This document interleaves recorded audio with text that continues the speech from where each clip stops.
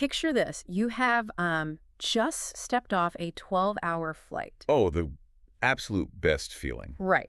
You are breathing in that recycled air, your shoulders ache from carrying heavy bags, Yeah. and you finally walk up to a customs booth, or maybe it's a hotel check-in desk. Sure. You look at the person behind the counter, and your heart just starts hammering in your chest, and suddenly you realize you have forgotten, like, every single word of English you have ever learned. It completely vanishes. Completely. You are standing there feeling less like a tourist on a relaxing vacation and more like, I don't know, a secret agent in trouble whose cover has just been spectacularly blown. That is such a real feeling. You've been there. I've been there.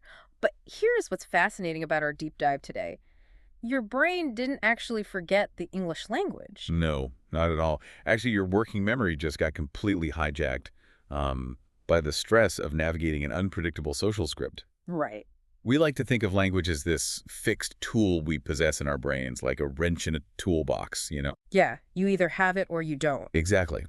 But under pressure, when the stakes feel high and there's like a line of angry people behind you, that tool becomes incredibly elusive. Which is exactly why we are hacking that script today. Yes. We are unpacking a highly practical guide to real-world travel English, the exact phrases, the everyday vocabulary, and the conversational tactics that native speakers use to navigate these high-pressure moments. And turn them into moments of total confidence. Right, because traveling, to me anyway, isn't just a vacation. It's like a real-life pop quiz. Oh, absolutely. You can study grammar in a quiet classroom for years, but when you step off that plane, the language suddenly pops off the page and becomes, well, an actual survival skill. It really is a survival skill. And the secret here is that successful travel communication doesn't require a massive vocabulary or, perfectly complex poetic sentences. Thank goodness. Right. It is about understanding specific frameworks and the predictable sociolinguistic patterns of these dialogues. Predictable patterns. Yeah, when you know the pattern, your cognitive load drops, the anxiety vanishes, and you can actually, communicate. And every international journey logically begins at the ultimate high-pressure testing ground for language recall, which is, of course, the airport. A literal gauntlet. It is a gauntlet, and the very first hurdle is the check-in desk. Yeah. Step one. You walk up with your luggage, and the agent asks that classic, inevitable question, may I have your passport and ticket? Right. And right here, at step one, the panic starts. People think they need to craft this beautifully complex, formal sentence to reply. They do, and it's mostly because the airport is a highly structured environment, right? Yeah. It's built around authority and compliance. Oh, that makes sense. Yeah, so when authority asks us for something, our stress response tells us we need to sound incredibly formal to prove we belong there. Like we have to justify our existence. Exactly.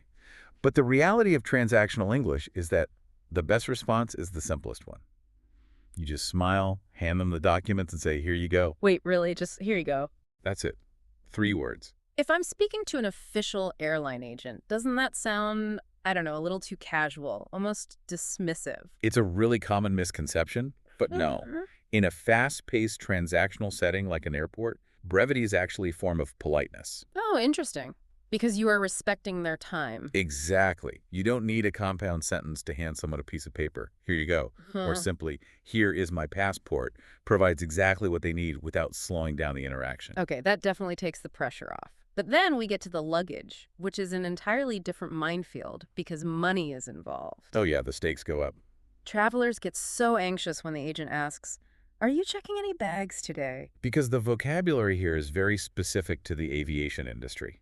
Like, checking a bag doesn't mean looking at it, right? It's not a visual inspection. No, it means handing over a large suitcase to be stored in the cargo hold. Yeah. Whereas a carry-on is what stays with you in the cabin. Got it. So the natural response is just either no, just this carry-on, or yes, I need to check this one. And you really, really want to get that distinction right, especially when it comes to the anxiety of the baggage scale. The dreaded scale. I was reading this deeply traumatizing anecdote in our sources about a traveler who was caught completely off guard by the weight limits at the desk. Oh no, what did they do?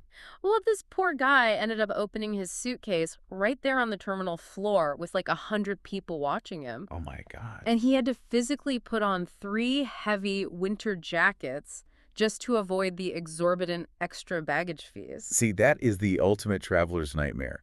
The social embarrassment of repacking your underwear in public. It's the worst. But it's completely preventable if you use a preemptive strike. A preemptive strike. Yeah. Before you even lift that bag onto the scale, if you have any doubt at all, you just ask, what is the weight limit for this bag? Oh, so you establish the parameters before you commit to the scale. Exactly. It saves so much heartache. Now, what about our actual comfort on the plane? I am unequivocally a window seat person. Naturally. I love looking out at the clouds. But I know plenty of people who need the aisle so they can stretch their legs without doing gymnastics over their neighbors. Yeah, nobody likes climbing over a stranger. So if the agent hasn't assigned me a seat yet, how do I ask for what I want without sounding like a demanding diva? This brings us to one of the most powerful, versatile, polite formulas in the English language. Okay, I'm ready. The phrase is it possible to get? Is it possible to get? Right. So instead of saying, I want a window seat or give me an aisle seat, you ask, is it possible to get a window seat?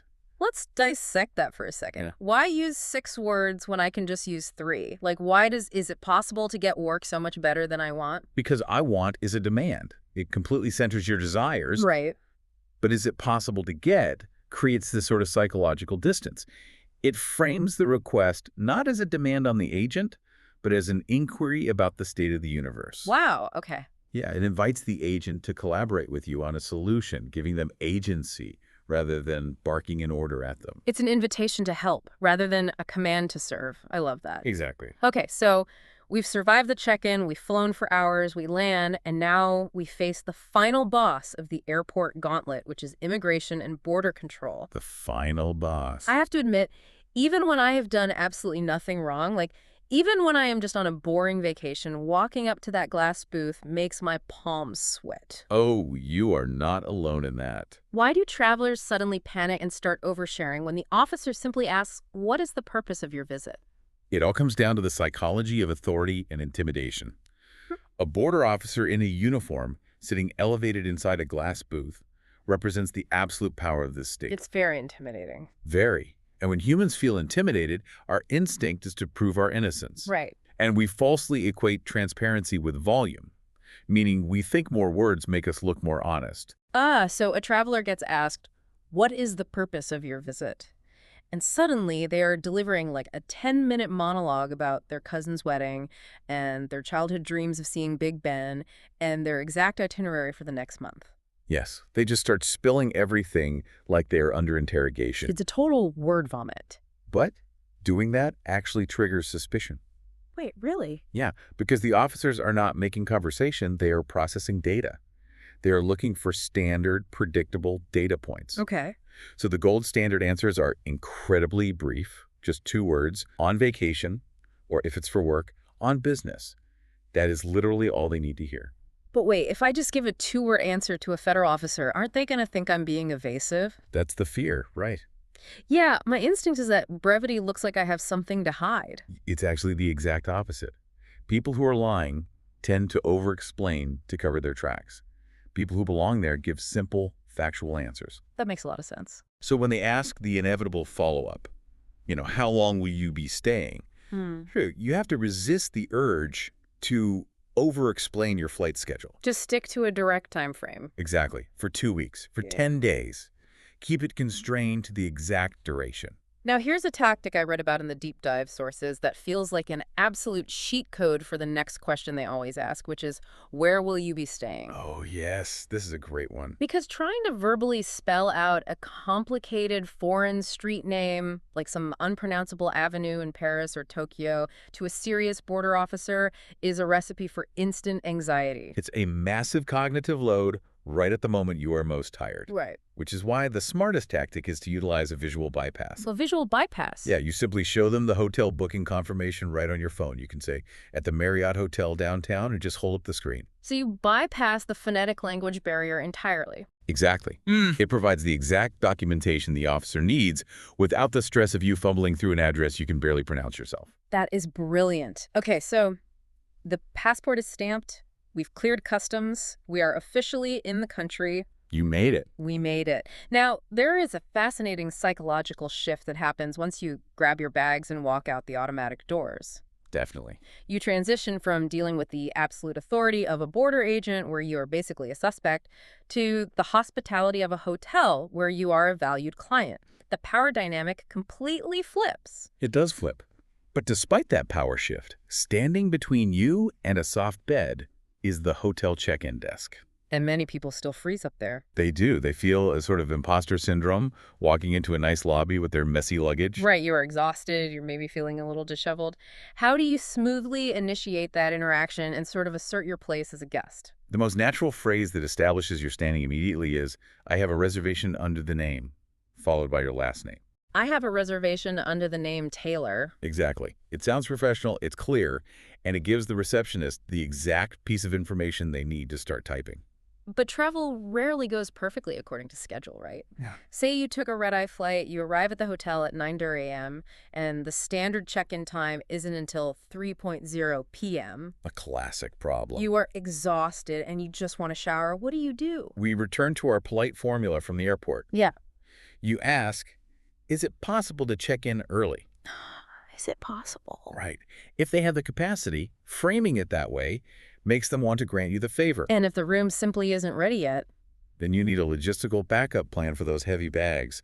You ask, could you store my luggage for a few hours? Which is an unwritten rule of hotel amenities, honestly. Almost all hotels provide luggage storage for free. Yep. And it allows you to actually go explore the city instead of sitting in the lobby guarding your suitcase like a watchdog. Exactly. So you drop the bags, you come back later, and the room is finally ready. But before you grab that digital keycard and sprint to the elevator, there is essential intel you need to gather right there at the desk. Okay. I'm going to be perfectly honest here. My top priority is always the food. Always. Oh, it is a critical logistical detail. The most important question is, what time is breakfast served? Yes. You can also clarify, where is the breakfast room located? You want to know the exact parameters for getting coffee into your system the next morning. Speaking of absolute necessities, what about the internet? We all need to connect the second we arrive. A simple, could I have the Wi-Fi password? Does the trick. Often the staff will write it down, or they'll point out that it's printed on the little paper folder they give you with your key. Right. But asking ensures you aren't digging around your room frustrated later. Good point. Now let's talk about troubleshooting, because this is where I see a lot of language learners completely shut down. Oh, for sure. So you get up to your room, you open the door, and the bathroom has absolutely no towels. Or the street outside your window sounds like an underground drag race is happening. Yeah. Learners often feel too shy or, frankly, too embarrassed to call the front desk and complain. They don't want to cause trouble or look like a Karen. And this raises an important point about the role of language in advocating for yourself. Yeah. You don't need to feel angry, and you don't need to suffer in silence. Right. The hospitality staff genuinely wants you to be comfortable, but you have to give them the right linguistic tool to fix the problem smoothly without anyone losing face. There is a phrase I love for this that acts like a linguistic shock absorber. A shock absorber. Yeah, it just takes all the aggressive impact out of a demand and allows the customer service interaction to glide perfectly. I like that. What's the phrase? The phrase is, could we get some extra? That's the perfect way to describe it. A shock absorber. Could we get some extra towels, please? Could we get some extra pillows? It's brilliant. It really is, because it states the problem by focusing entirely on the solution.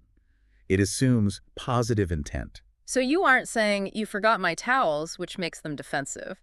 Exactly. You are just politely requesting an addition. And what about that drag race outside the window? You apply the exact same philosophy. Is it possible to move to a quieter room? You aren't accusing the hotel of giving you a bad, noisy room. Wow. You're simply requesting a minor adjustment to your environment. That's so smooth. Okay, the bags are stored, we have extra towels, the room is quiet. Now we are shifting from the highly controlled environment of a hotel to the completely unpredictable, unscripted wild of the city streets. The real adventure. Exactly. We are going exploring, and that usually starts with hailing a taxi or grabbing a ride share. Which introduces a whole new set of linguistic and social challenges, particularly around clarity and, of course, financial safety. Right, because I've seen tourists just open a taxi door, slide into the backseat, and shout a street name at the driver. Oh, yeah. It happens all the time. It feels very blunt, doesn't it? Yeah. What is the tactical upgrade here to sound a bit more human? Well, shouting a destination gets the geographical idea across, sure, but it lacks the social lubrication that makes navigating a new city pleasant. Okay, so what do we say? The polite upgrade uses the phrase, could you take me to, as in, could you take me to the Downtown Art Museum, please? Could you take me to It transforms a transactional command into a friendly request. It just smooths everything out. But there's also the very real financial anxiety of taxis. We've all heard the horror stories of tourists getting taken for a literal and metaphorical ride and ending up with a massive, unexpected bill. Yes, that is a universal fear. How do we protect ourselves using just a few words? You have to establish the financial expectation before the car even goes into drive. The key phrase is, do you use a meter? Do you use a meter? Right. This is crucial in big cities to ensure you are paying the official regulated rate. If they say no, or if they claim the meter is mysteriously broken, you pivot to, how much will the ride cost approximately? Let me push back on that, though. I know a lot of people feel incredibly awkward bringing up money right away. Doesn't asking about the cost immediately make it seem like you don't trust the driver? I get that. It might feel slightly uncomfortable for a second, but establishing financial parameters up front actually prevents massive conflict later. It's better to be a little awkward now than furious later. Exactly. It shows the driver that you are aware of your surroundings and that you expect a professional transaction. It's a boundary-setting phrase. Okay, here's another classic taxi scenario. You get in the car, you politely ask them to take you to the museum, and the driver turns around and asks you, which route do you want to take? The highway or the city streets? The route question. And you, as a tourist, have absolutely no idea. You don't even know which direction is north. What do you say? This is a classic dilemma. The driver is actually trying to avoid being accused of taking a longer route, but it puts the burden on the clueless tourist. Totally. The best solution is a brilliant trust-building phrase. You smile and say, whichever way is fastest, please. Whichever way is fastest. But wait, if I give them that blank check, aren't I basically inviting them to take the scenic route and scam me? Paradoxically, no. By saying, whichever way is fastest, you are doing two things. First, you are acknowledging their local expertise, which strokes their ego and builds a quick rapport. Oh, that's smart. And second, you are clearly stating your priority, which is efficiency. It signals that you are paying attention to time, which usually discourages them from taking an unnecessarily long route. That is a masterclass in subtle communication. Okay, so we arrive at the museum. Let's talk about the actual tourism part. Walking up to a ticket window can induce a kind of menu paralysis with all the different pricing tiers, combo passes, audio guides. Oh, the options are endless. It's overwhelming. And clarity is the only way to cut through that confusion. State the exact number of tickets and the demographic type immediately. 2 adult tickets, please. Yeah. Or 1 student ticket. Just keep it extremely direct. But there are also unwritten rules inside these institutions. The absolute cardinal rule of modern tourism is you do not want a security guard blowing a whistle at you from across a quiet gallery because you took a flash photo of a 500-year-old painting. A very real and very embarrassing risk. How do we avoid that? Always preempt this by asking the staff at the entrance, are we allowed to take photos in here? It shows respect for the institution's rules and saves you from a public scolding. Now, here's my absolute favorite part of this whole discussion. We all know the guidebooks only take you so far. They usually point you to the most crowded, overpriced places with translated menus. Yes, the tourist traps. Right. How do we use language to actually escape the tourist trap? By asking the ultimate local secret question. Oh, I'm taking notes. Whether you are talking to a museum security guard, a barista at a coffee shop, or a clerk at a bookstore, the phrase is, where do locals like to eat around here? Where do locals like to eat around here? I love how that completely shifts the dynamic of the conversation. It really does. You aren't asking them for the official tourist recommendation. You are asking them for their personal lived experience of their own neighborhood. Exactly. It breaks down the barrier between tourists and service worker and invites a genuine human exchange. That is how you find the tiny, unassuming bakery down a hidden alleyway that will serve you the best meal of your life. So we've navigated the entire physical journey, from the stress of the airport check-in to eating pastries in a hidden alleyway. Now, I want to zoom out and look at the structural pieces of this linguistic toolkit. The building blocks. Right. The deep dive sources highlight 4 specific pocket words we need to discuss, core vocabulary concepts that are incredibly useful to understand deeply. Yeah, these 4 words represent foundational concepts in travel. The first one is layover. We all know this refers to the middle stop between your departure and your final destination. Right, and people traditionally hate layovers. But linguistically, it's fascinating. Airlines use the sanitized term layover instead of calling it a delay or an interruption because it makes the waiting sound scheduled and intentional. It's brilliant PR, honestly. It is. And if you reframe it mentally, a layover at an airport with decent amenities is really just a bonus mini trip. It's all about perspective. Now, the second pocket word is reservation. The act of arranging and saving a room, a seat, or a table in advance. Crucial for travel. But functionally, making a reservation is purchasing peace of mind. The power dynamic shifts entirely when you can walk up to a crowded desk and say, I have a reservation. You instantly belong there. It's like a VIP pass. The third one is a phrasal verb, drop off. Yes. To drop off means being left safely at a destination by a vehicle. It's the standard, slightly passive terminology for taxis or ride shares. You are the cargo being safely deposited. And the fourth pocket word. This is honestly the greatest word a traveler can ever hear, complimentary. Oh, is the best word. Complimentary is a brilliant piece of hospitality industry jargon. It means exactly the same thing as completely free of charge. But it sounds so much better. Think about the psychology. Free implies something might be cheap or low quality. Complimentary sounds like a gracious, high-class gift from a generous host. Whether it's complimentary Wi-Fi or a complimentary breakfast, it elevates the entire experience. So knowing all these tools and the psychology behind them is fantastic, but knowing them is really only half the battle. You have to practice them until they become literal muscle memory. Right, you can't just memorize a list. And there's a fascinating evolution happening right now with how we prepare for travel using AI. It is remarkable. The technology has advanced to a point where you can use a smart assistant, what some learners refer to as an AI English tutor, to literally role-play these exact high-pressure scenarios before you even pack your bags. It's like having a flight simulator, but for ordering coffee and checking into a hotel. Precisely. You can open an app, tell the AI, act like a grumpy taxi driver, and have a completely natural, unscripted practice conversation. That's wild. It allows you to build the neurological pathways for speaking under pressure, for answering unexpected questions, without any of the actual real-world stakes. So you can make mistakes without ruining your vacation. Exactly. You can stumble, you can forget words, and the AI will just patiently respond, helping you build that fluency in a safe environment. So bringing this all together, what is the core takeaway for you, the listener? The philosophy we've explored today is that successful travel English absolutely does not require massive vocabularies or perfect grammar. Not at all. It relies entirely on understanding a few simple, polite frameworks. Is it possible to? Could I get? Could you take me to? And when you master the mechanics of those frameworks, you strip away the language anxiety. And when the anxiety is gone, your cognitive load frees up. You can actually enjoy your trip, observe your surroundings, and connect with the world around you. Which is the whole point of traveling in the first place. Exactly. Which leads me to a final, slightly provocative thought to leave you with. We just talked about practicing the mechanics of travel with AI. If we now have artificial intelligence tools that can perfectly simulate a taxi driver or a hotel receptionist 24 hours a day, does the ultimate goal of learning a language start to shift?